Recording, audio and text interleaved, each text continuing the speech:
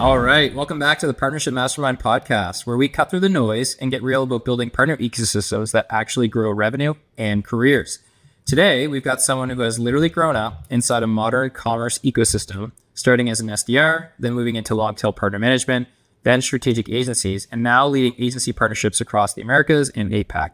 She's known for a value-first approach, world-class enablement, and turning partnerships into real accountable GTM.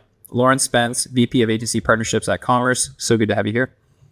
Thank you so much. I appreciate the lovely intro. Thanks for having me.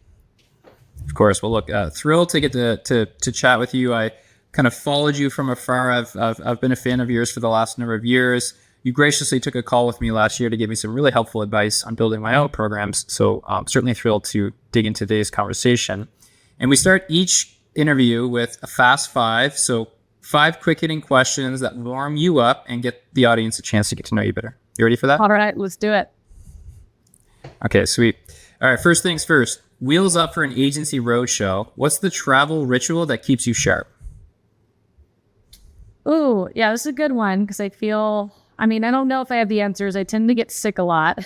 But what has helped prevent me getting sick as often is I religiously will drink emergency right before I get on a flight, and then drink emergencies every day thereafter. I don't know what it is about travel, but it's just about keeping that health, trying to keep that momentum going. That always helps keep me sharp. And making sure we get plenty of sleep. I think that sounds really basic and lame, but it's easy to get carried away with, late night and staying out with a bunch of folks and colleagues, especially partnerships. But I will shamelessly Irish goodbye any day so that I can actually show up the next day and do my thing. So, well, I appreciate you saying that because at the stage of where I'm at in my career, I'm at the same place. Earlier in my career, when I was an IC, I was definitely staying up late. And then you get old and you're like, hey, we need to make the most of every single event because you own the budget. But then the second thing, we're just older and tireder.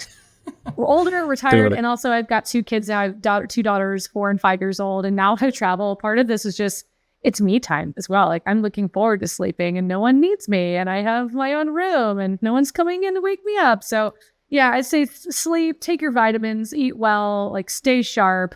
It'll pay off in the long run. To you young kiddos out there, Godspeed, keep it going. I did it once. Yeah, exactly. The nutritional insights you didn't know you were going to get on Partnerships Podcast. We love it. It's important. Sweet. It's important. Sweet. Next one. You've sworn off generic partner dinners. What's your favorite high ROI alternative to build real relationships? Sure. I've talked about swearing off just generic dinners. I'm more so just talking about like from an activation standpoint, right? I mean, there's so many conferences and shows that we're trying to figure out how do we maximize ROI? How do we get the attention of our potential ICP, ideal client profiles? How do we win mind share? It's really easy to say, let's plan a happy hour, let's plan a dinner. But I mean, have you ever, Chris, wanted to go to a random dinner that someone's invited you to? No, like, especially if you're in a cool city like New York, Vegas, once you're done with your stuff, you want to probably go and do your own thing. So my recommendation there is always figure out a way to do some type of curated experience. Whether that is, as an example, we did an event around NRF at the Nike shoe factory, right? People could go and create their own custom shoes. That's awesome. Like I also personally would want to do that, even if I didn't know the org, and get some free Nike shoes. And then also I'd say now, if we're just talking about building long relationships on the partner side, I mean, I certainly am a fan of, doing that initially, but I think, where partnerships are really going to grow is making the time for a strategic onsite. So having a really structured agenda where both parties are very clear and do enablement on their value props, understand each other's positioning, and then work backwards to define, hey, what is our mutual ICP? What is our unique selling proposition going to be? And then what's the go-to-market strategy after? So, and then you can still follow that by dinner. Like I didn't want to rule out dinners. Your girl loves to eat. I love to do all those things. It's fun too. But I try and always have some substance behind it or something leading up to it where there's productive next steps, actions. There's a whiteboard. It's not all just conversation that could get lost. Yeah, I love that. It makes me think of something a mentor taught me when it comes to these in-person opportunities with partners, which are few and far between and they're costly.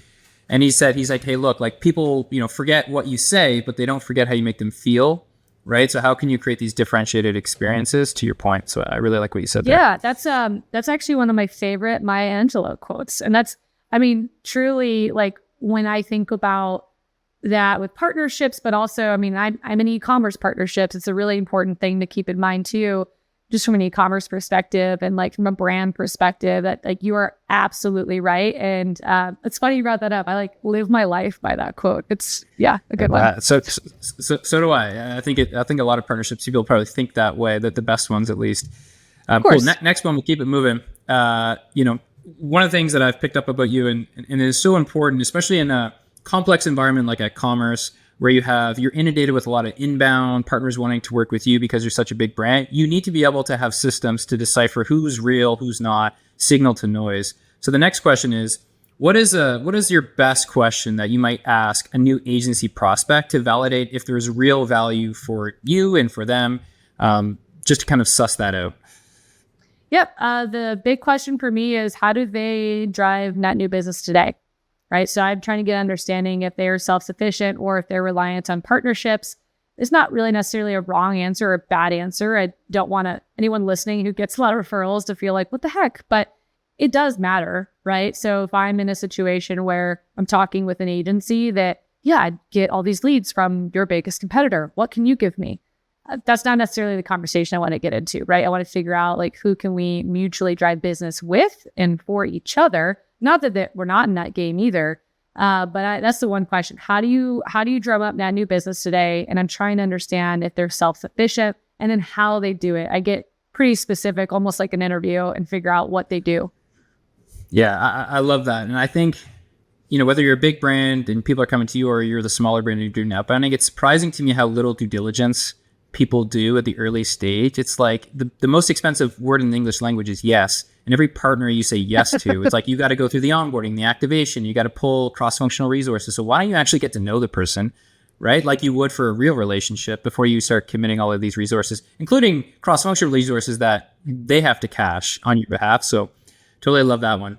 Next one, just to keep the journey going here, the next step in the partnership. Okay, you got a little bit of momentum. I think we both know that things can quickly taper off, right? This so-called failure to launch. For SaaS businesses, churn often most happens within that first 60 days of being a properly activated customer. I think the same is true for partners. So what is your go-to playbook for making sure that the most promising net new partners don't die out and fizzle? Yeah. So thankfully for me, like I'm in an ecosystem where partnerships that I'm drumming up, they have to implement something. They have to build something. So not all partnership relationships are going to be that way. But I do consider myself lucky because there's a lot that goes into enabling and activating someone and quite a bit of investment that goes into that. So ideal next step for me, once we've gotten through the initial vetting, like we've both pitched to each other, we're feeling really good, we're feeling jazzed, it's enablement. So making sure that we go through all the dedicated onboarding enablement. And they're invested in that too, right? They want to make sure that things don't go off the rails with the implementation. Okay, but it doesn't stop there. You need to celebrate those wins, and then we need to figure out, okay, how are we going to now market your eligibility for us to work together? And I think that that's where the on-site's really important. We've dotted the I's, we've crossed the T's. This is where you make a calendar. So I think in terms of a crucial next step, it's documenting a go-to-market plan, having it in writing, everyone saying, yes, we're going to do this, and then let's measure it. Whether that's quarterly, we measure monthly progress, whatever is appropriate. I do think that psychologically creates accountability. And the calendar doesn't have to be, send me these leads by then. You could say, we're going to publish this piece of thought leadership. We're going to attend this show. We're going to put out this webinar. But the more you can just have in the hopper, there's this natural investment. So when new opportunities come along that might fit your solution, man, they're so busy with you already, you will naturally start to come up, right? If you've done your job correctly, right? I'm not saying that's the end all be all, but I think it's building out the go-to-market calendar and sticking to it. One thing I love about that, what you said, is market the eligibility, right? I've never really heard anyone phrase it that way. I think that puts things into proper perspective. And any current or prospective commerce partners, I think Lauryn's given you a really clear blueprint of what matters most. And so the final Fast Five question for you is taking the next step in the partner life cycle is, in their earliest of phases, what's one early tell or signal that a partner can truly co-create pipeline, right? I think people complicate what partnerships really is, right? It's creating value for your customers and moving revenue for your organization with each other. So what's a signal, perhaps, maybe a leading indicator that it's like, you know what, that new partner, they seemingly have all the right ingredients to move pipeline. And therefore you as the leader of the department want to mobilize even more resources in that direction. Definitely. I think the answer to that question would be understanding their team and understanding the resources that they have, especially in the agency landscape, right? There's so many different profiles. There's consultants, like one man, one woman shows, kind of smaller tier agencies, mid-market, full-blown enterprise GSI. I think the majority of us are spending quite a bit of time in that like mid-market to enterprise area, which even still, like, these agencies can be, 50 people and pack and heat with massive clients. But you really need to get a good understanding of, well, who's doing what? Because if it's the CEO that is also running sales and also influencing marketing, to me, that's, I don't know, we're going to get bogged down for time because they've got to deal with running the business, right? And I've encountered that a lot. So my early tell is they have a team. Oh, this is who I have running sales, and this is who I have dedicated to running marketing. And I know it can be expensive, but having the right resources, and I kind of poke and prod at, well, who's doing what? Who has the capacity to run these campaigns? And then I also, when we talk about driving value, I try and understand their co-selling process, right? From like their seller's perspective. Are we leaning in? Do we do discoveries and demos together? Do you like to run in a silo and just bring me in for pricing? So I really try and just get to know not only their team and how many resources they have to dedicate to that, but how do those teams work? Those are all the early tells for me. That's great. And again, to anyone listening who is either current early partner or prospective partner, you're literally getting the blueprint. So no excuses. And I resonate with everything you said. One thing I always default back to is if it's a real important partner, they should be able to create some early momentum and get one quick win. And I have that responsibility as well on our side to create similar win. And this may sound lame, but one thing my mom always said about relationships, whenever we'd be starting new relationships, she said, if it's not easy in the beginning, in the honeymoon phase, it's not going to work out. Right. And to translate that back to this conversation, if it's not exciting, if there's not momentum and you don't get that first taste of a win in the early days, then there's virtually no hope in hell that it's going to parlay into like long tail value. So I don't know if you resonate with that, but I think there needs to be a quick collision, a quick win to substantiate the opportunity to continue investing more resources.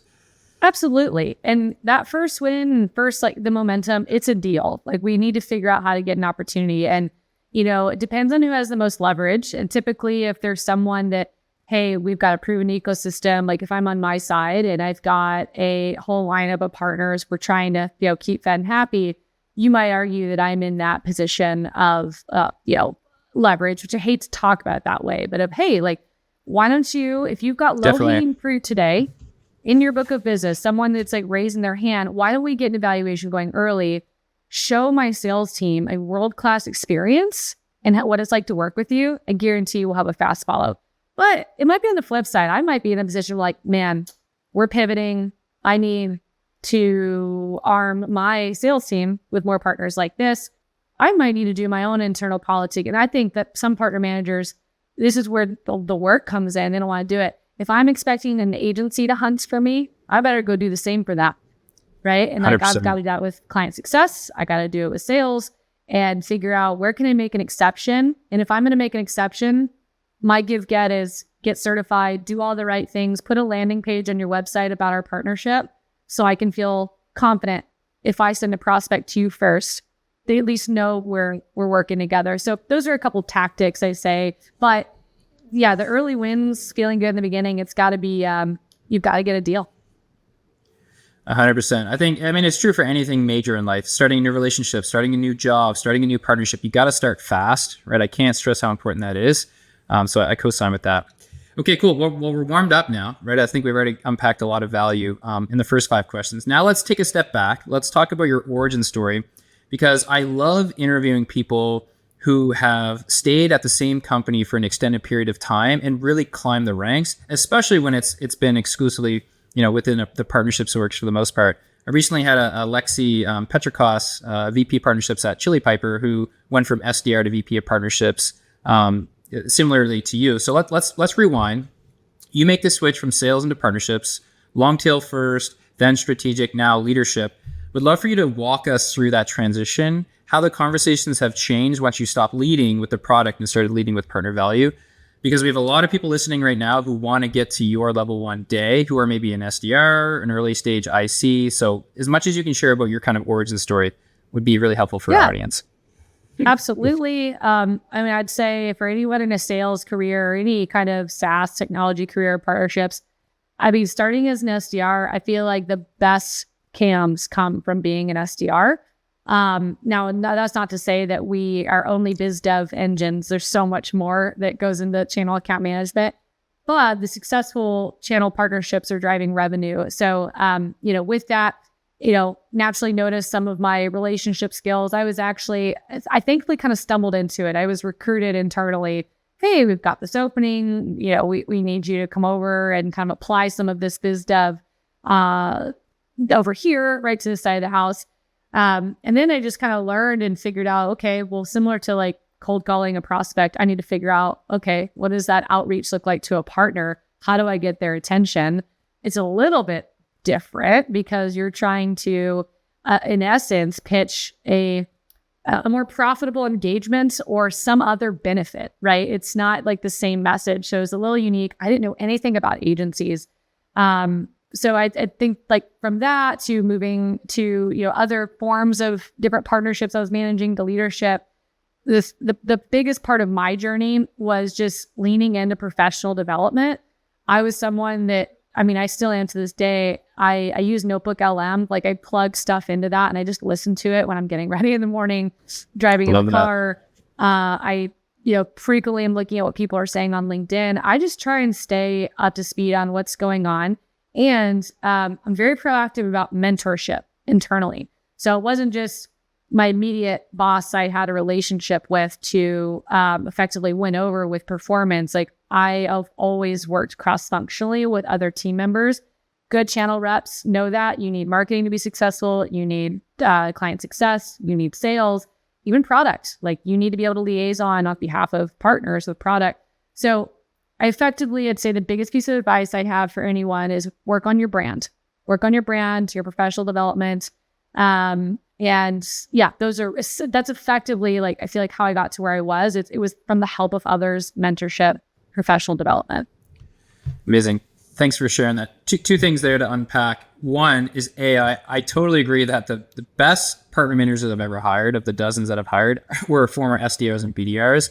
And this is not a shot at sales, but the worst partner managers I've ever hired, to be honest, were from AEs who had tried to transition. They were great AEs, but they just couldn't break. Their brain was breaking that things weren't sequential and transactional. It's like they just couldn't wrap their head around it.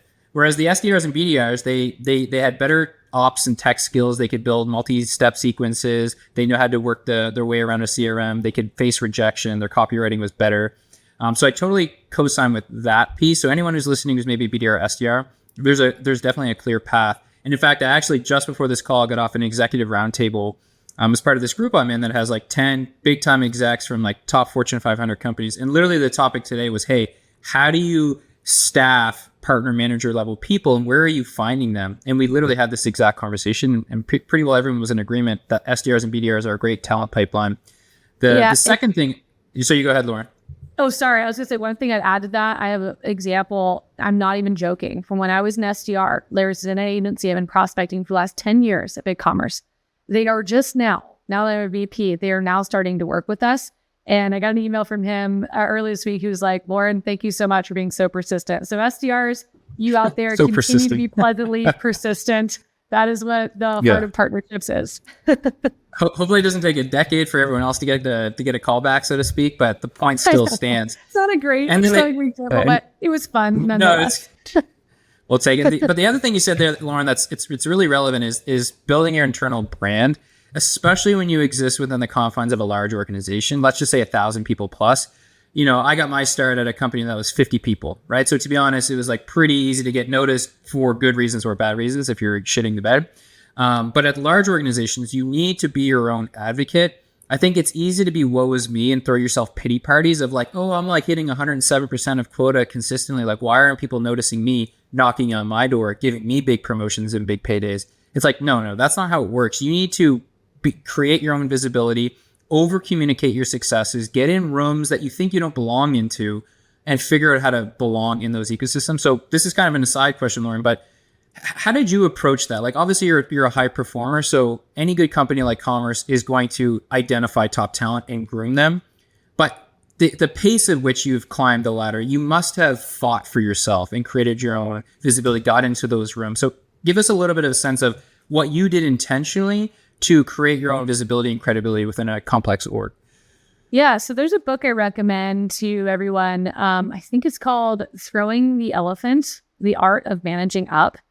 The elephant in this story is your boss, whoever it is. But effectively, I think that is a big skill I have, not only internally from a promotion standpoint, but in partnerships. It's the over communication status, what's going on, just any and all things. And it's not annoying as long as it's valuable, right? It's not just like pesty updates, it's meaningful updates, showing the progress, and also articulating, what you're providing, what your value is, what the impact of you're doing is from a data perspective. So in my performance reviews, I wouldn't wait to hear from whatever my boss thought, like, great job on these things. I was pretty proactive and making sure they had in front of them my point of view first around things I felt went well. But I use a lot of metrics, year-over-year growth, right? In ARR, MRR, this many net new partner signups, this many agencies enabled. So I think nerding out on the data and showing the numbers, it's really hard to argue with it. So I think managing up and making sure you're managing up with the right information. Yeah, I love that. I think what Lauryn just said there was taking control of your own narrative, right? I love proactive people that I manage, right? People who, because we all see the data. Any leader, we see all the data. We know who's performing and who's not, right? So you can't hide in today's age. So I absolutely love when people come to me and they say, hey, Chris, got to be honest, my pipeline is shit right now. And I'm really concerned we're going to miss quota this quarter. But here's why I think the problem is, and here's what I'm thinking about doing to get things back on track. We'd love to riff on you on it. That to me is one of the best ways to build credibility versus the people who just kind of go into their shell and hide. When it comes to credibility, when I have team members who say, hey, look, my numbers are behind, this is why I think they're behind, and they proactively engage me to problem solve that to me is way more impressive than even someone who's performing well, but just never engages me, never looks for help, just kind of, takes the status quo. So I think that's one of the best things you can do. And then the other thing that Lauryn said is lead with data, right? You need to learn how to speak the language that your boss and your boss's boss speak. And the less you start to come up with your own lingo, the faster you'll be able to kind of get in the right rooms and make a strong impression. Sweet.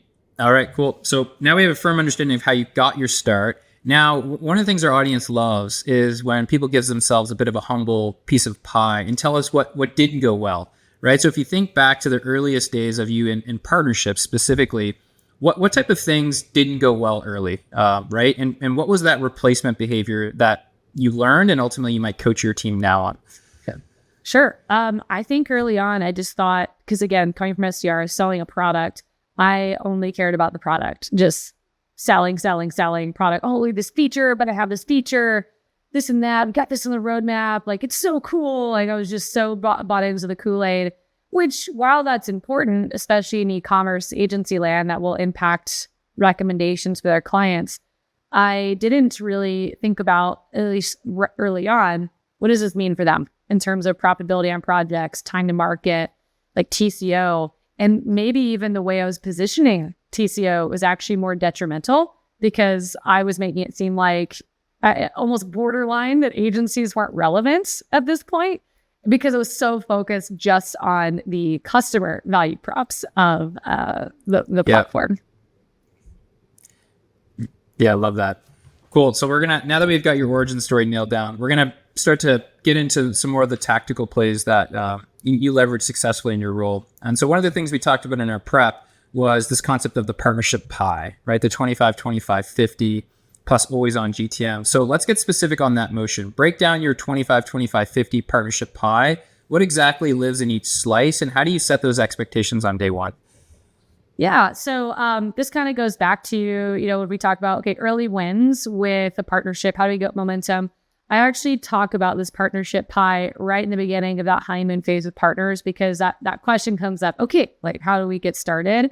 And it's usually, on the agency side where there's the ask around deal flow, right? Oh, can I get a deal so I can get buy-in for enablements, right? There's always this like chicken or the egg problem, so to speak. So I then kind of break down my philosophy, right? And I try and be encouraging. I don't want to, snuff out those aspirations, get deals from me right early on. But I say, hey, look, when it comes to the partnership pie, absolutely. I would forecast and expect, right, 25% of the lead gen, from this partnership, from this relationship, it's going to come from direct intros from us and my team. That other 25%, right, I would also hope is coming from your base, right? Being opportunistic with low-hanging fruit or any hand raisers or net new pipeline that you think actually we could qualify over, right, to our side of the house. So I feel like those should always be on. We should always be thinking of each other. That's a sign of a good partnership. But then this other 50% is deals that we should be generating together. So I talk about, having on-sites, being really clear on what is our the ICP, what's our unique selling prop, and what's our go-to-market. Whatever those activities are in the calendar, that should be what's leading to that pipeline. So us creating that demand gen together through campaigns, through events, through webinars, through ABM or our various account mapping exercises, that is what that other 50% should come from. Right. And forgive me if I'm missing another part of the question, but that's effectively the breakdown, right, of the partnership pie. And I set those expectations pretty early. Love that. So I think that's a really strong framework that simplifies things, which I'm a big fan of. So the follow-on question to that is getting into the weeds. When you're designing, say, a joint GTM with an agency, right? Aligning on ICP, sharpening the unique selling proposition, getting the word out, like literally speaking, like what does that collaboration with the partner look like? I think this is details that, get lost in the sauce for a lot of partner pros. They don't really know how to like slow down and get these really important details figured out up front. They just want to go. And you kind of were honest about when your early days is like, I had that SDR mindset. It's just go as fast as possible. But I think getting these critical details nailed early is important. So just curious, how do you literally approach designing a joint GTM with an agency? Yeah. So another big fundamental thing that I think I should bring up is when you're in your initial introductory phase with these potential partners, be pretty methodical about your discovery. So I've got a discovery call framework and set of methodologies where I'm always trying to figure out what is their ICP, as in what verticals do they work in, what industries, what is the ideal size in terms of revenue for their clients, what is their average services engagement? Like I want to understand their price points. What are the services you sell and offer? Why does someone come to you? What problems do you solve? Right now might open up, hey, I'm a great ERP integrator, or, oh, I just do performance marketing. I do it all. Or, hey, I'm known for composable builds, whatever that is, right? If I have that from discovery, and I'm going to go to market session, I think those go well when the partner manager, the one that is trying to build this out, good partner managers are project managers. I don't just come to those on-sites with a blank canvas. I actually come with some pre-prescribed ideas, almost like a consultant with, here's what I recommend. I recommend that our ICP are automotive brands in the 20 to 100 million in online revenue on Epicor, right? Using this ERP, and because you've built XYZ connector into our platform for this ERP, we both know we want to go. Okay, we built this IP, so that's the ICP, right? Like that's one flow. The unique selling prop is the connector, right? Time to market, the low TCO of our platform. And then the go-to-market is the activities that we want to go do to market that. It could be at user group conferences around that ERP. It could be at specific automotive shows. It could be a webinar where we showcase a mutual client. It could be digital ads and campaigns. So I literally have like 3 boxes on a slide where I've already written those things and I present it. So the partner kind of taken aback, like, thanks, these are great recommendations. But then they've seen what I'm thinking about. And then we riff from there. It's like, well, what about sports and outdoor? right? And we talk about that. And then, okay, what does that look like? And okay, are we targeting CMOs? We're targeting CIOs. So trying to like, not just the industry type, unique selling prop and activities, but it's like, okay, persona as well. Who are we targeting? Are we targeting like the technical person? Are we targeting the business minded person, the e-commerce manager, and being really, really clear on like, so that down to the email copy, when we go and build that together, we know what that should sound like. So I try and be very prescriptive and not just coming empty handed to those conversations. Yeah. I mean, there's so much about that I love. First of all, your level of documentation and process is really my love language. And anyone listening to this, like, damn, like that's a lot to have prepared. It's like, yeah, that's what it takes, right? Like the best people are like devil in the details type people. So I think that's really smart. And then one thing you said at the beginning about discovery, I am ruthless in discovery. Like I am going in assuming I'm going to say no to a prospective partner. And that's the way I was trained is like, hey, ask questions in discovery to disqualify a partner and then be delighted when they prove you wrong, as opposed to going in all hunky-dory. And that, to be honest, that was my mistakes early when I was a partner manager, was I just naively thought, oh, if they come into my orbit, I have to make them successful, as if I was a customer success manager.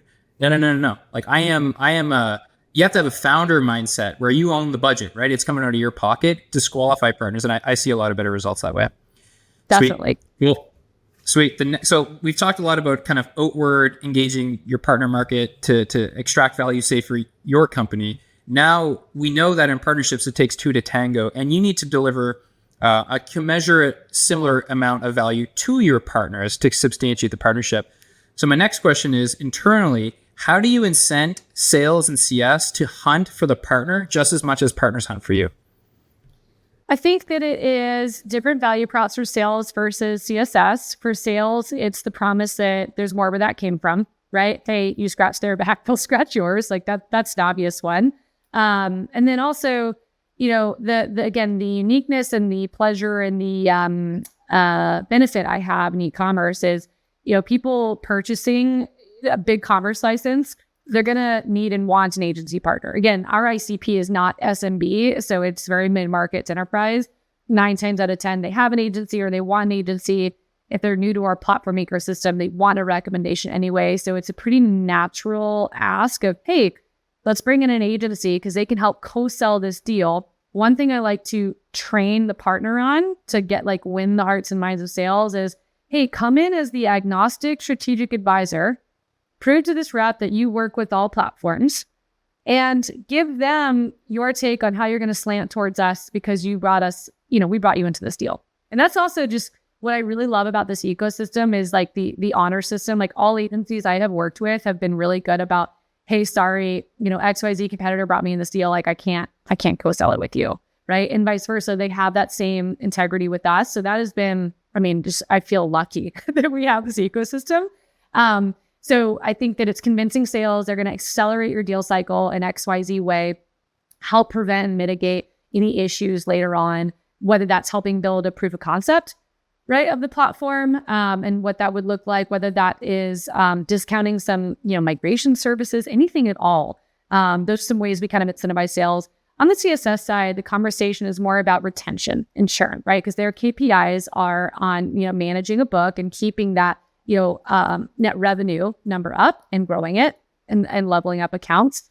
And we've got a set of partners that we've identified that are really good rescue partners and are great, conversion rate optimization partners, what have you, but they're great at saying, hey, it's not the platform.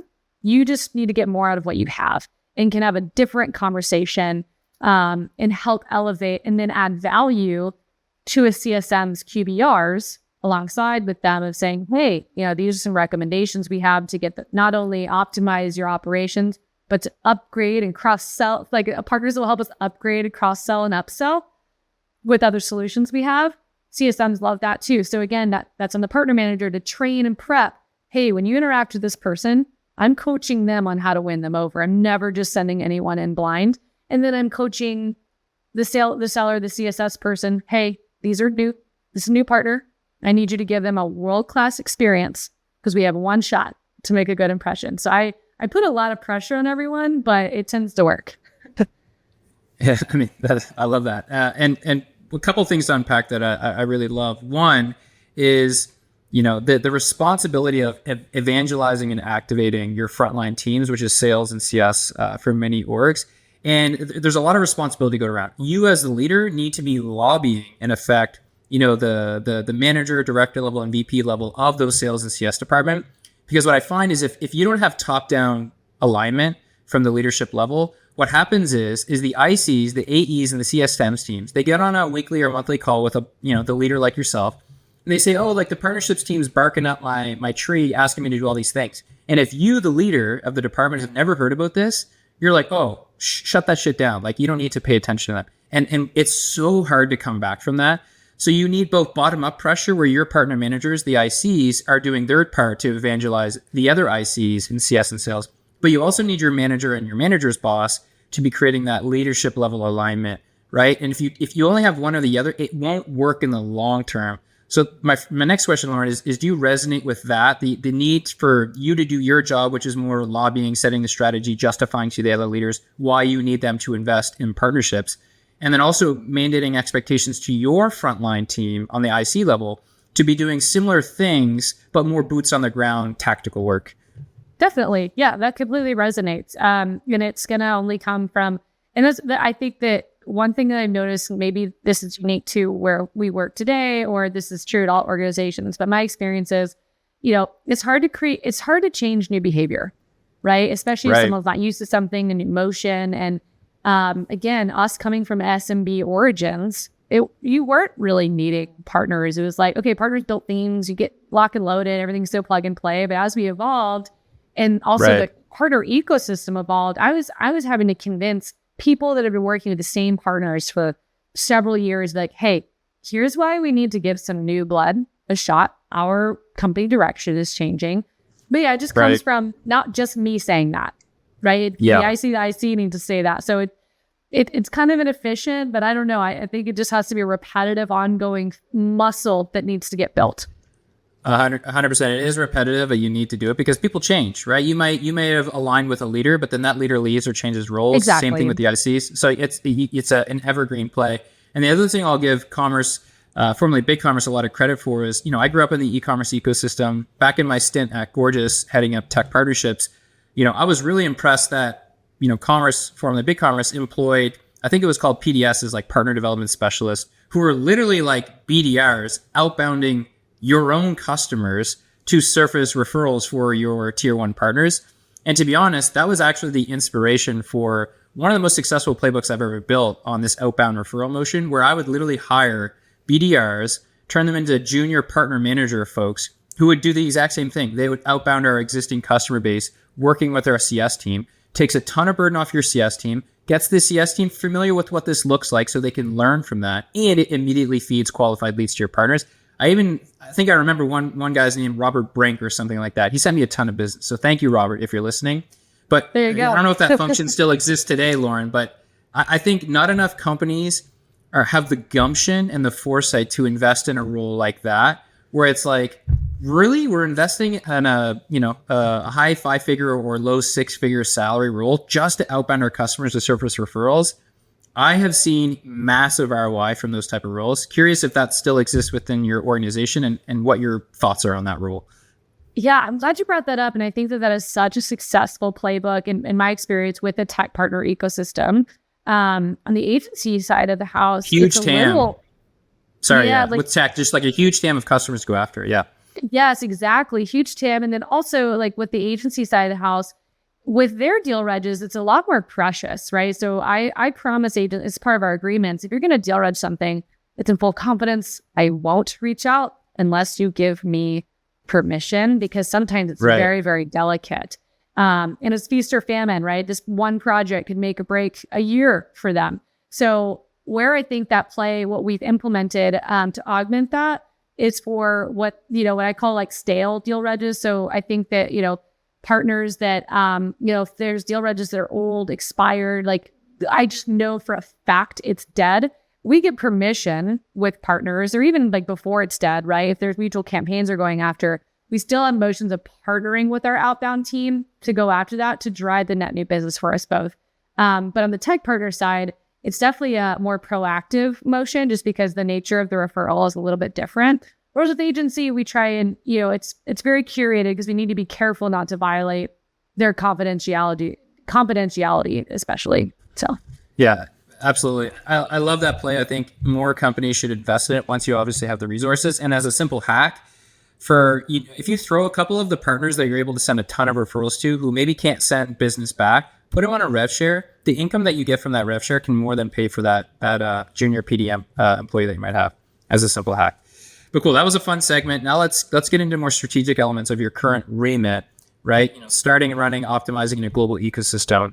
So for you, you have the Americas and APAC under your remit. So I imagine that prioritization is one of the most important parts of your job. So the first question in this segment is, how do you segment, say, long tail versus strategic agencies and decide between tech touch versus high touch, right? You only have so many resources, you have so many opportunities in front of you. Walk us through your prioritization playbook. Absolutely. Yeah. And it's interesting timing because we have been going through quite a bit of change in our partner program over the last year, really figuring out, okay, how do we lean in with the most engaged partners in our ecosystem while still balancing the long tail, right? To apply your question. So for me, it's not just you can't just base it off of net new revenue. Net new revenue is one component of measuring the health of a partnership.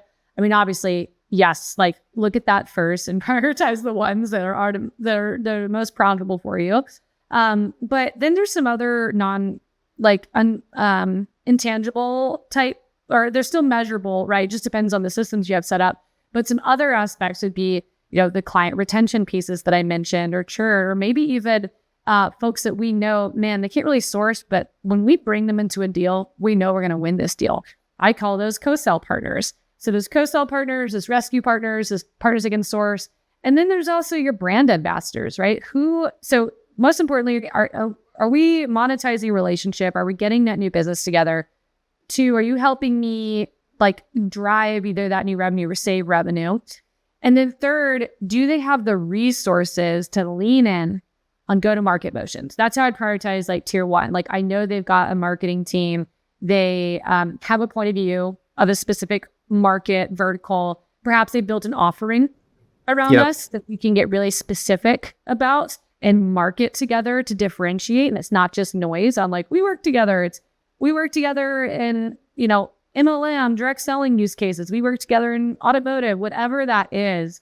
That's what I think, that's the system we use, right? So it's just prioritizing, making sure we have the right people, partners stacked for different offerings, and that they have the resources to lean in with us to go to market with those offerings. And then when I think of low touch, it's, look, if you can't do any of those things, then we're on the low touch scale. Yeah, got it.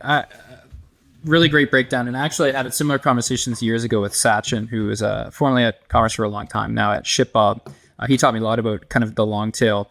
One of the questions I have for you next, Lauryn, is, this concept of a partner is a priority now, but that doesn't mean they're going to be a priority long term. And when you have a ton of partners, thousands of partners like you have under your remit, under your partner program, what is your approach to evaluating partners on a dynamic basis? Perhaps it's quarterly, or maybe it's semi-annually, or even annually, given the scope that you have.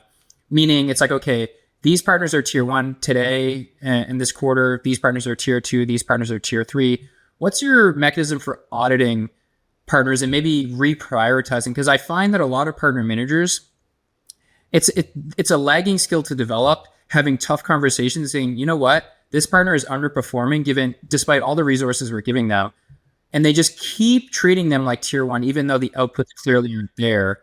So what is your approach, given the scale that you operate within, to kind of evaluate partners? What cadence do you kind of do that with? And how do you, if you do, kind of deprioritize partners and have those tough conversations? Sure thing. I think the outside again of the tangibles, right? How are we performing? What are the metrics? It's going back to that initial calendar that you've built out and intentions. Are they leaning into any of that, or are they ghosting, right? Or are they oh yeah, I'm getting to it. Is it all just lip service, or are they leaning in? So if there's no momentum, right? There's no active activity, over the next quarter, then no, right? If we're not getting certified, if we're not building a piece of content together, if we're not setting in the intentions for account mapping and following through with those activities. So it's all about follow through on the intentions. That's a bit subjective, but that's part of the art of partnerships. But those are some things that maybe won't show up in the metrics, but that would keep me prioritizing you is if we are making momentum there without the metrics. Of course, if we have the metrics, we're going to keep pouring more gas on it, keep giving you more MDF, more co-marketing, more of your time. And then if you're in escalations and there's like problems or just something goes wrong, that's another indicator, like if people just don't like them. And if there's movement, like there's a lot of consolidations with, agencies acquiring, merging, people moving around and you kind of lose your POC, like that's another indicator. And I'd say the last thing too, with like continuing prioritization is kind of seeing what is their brand and market right now, right? Like, are they winning? Are they noisy? Or like, what is their brand out there as like a partner agency from the client perspective too? So those are all the subjective things outside of like the obvious like metrics you might want to manage for prioritization and for tiering. Yeah, I think that's a great blueprint. I think there's a mix of leading indicators such as like activity level, responsiveness, lead activity, lagging indicators like pipeline closing. And then I like how you brought up macro trends. I think that's like a really smart, non-intuitive thing to think like, hey, is this partner trending with the market or are they becoming a dinosaur and obsolete? I think it's all, you always want to be partnering with people who are winning, right? Like winning just creates more winning. So I like that you brought that up because I think that is non-intuitive. Cool. Well, we're at our closing power round, right? So we always end with 3 really quick hitting questions. These ones are short and sweet. So like first thing that comes to your mind, just to land the plane. You ready for that? Sure. Okay, cool. All right. What's one habit you'd install on every partner team that you could? Okay. One habit I would install is LinkedIn stalking and LinkedIn branding. Like spend your time on LinkedIn every morning.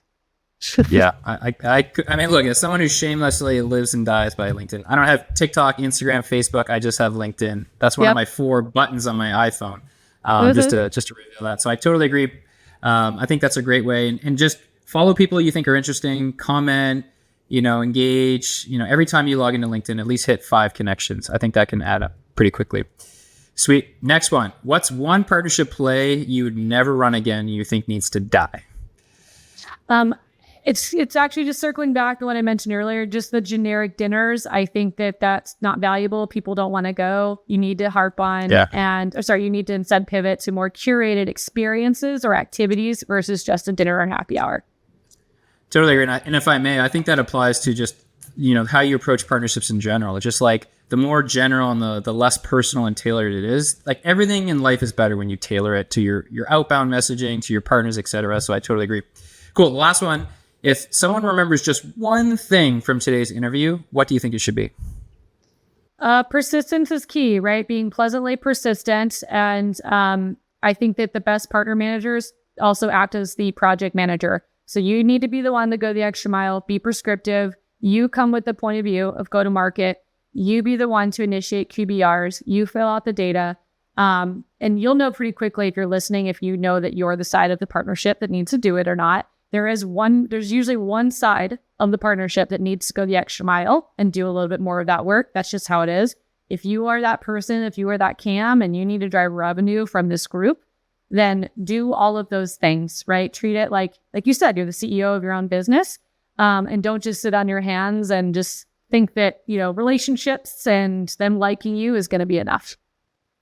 Yeah, I love that. I think that's a great way to end. And I think that also applies to our earlier conversation about how you approach your own career progression internally within your own company, that same scrappy approach. But look, Lauren, this was honestly outstanding. I was so excited for this conversation. Encourage people to follow Lauren on LinkedIn, engage her, hit her up with some really polished, tailored copy if you're not already connected with her. But until next time, thanks for listening. And thank you so much, Lauren. Thank you so much for having me, Chris. It's a lot of fun. Thank you. All right. Thank you so much.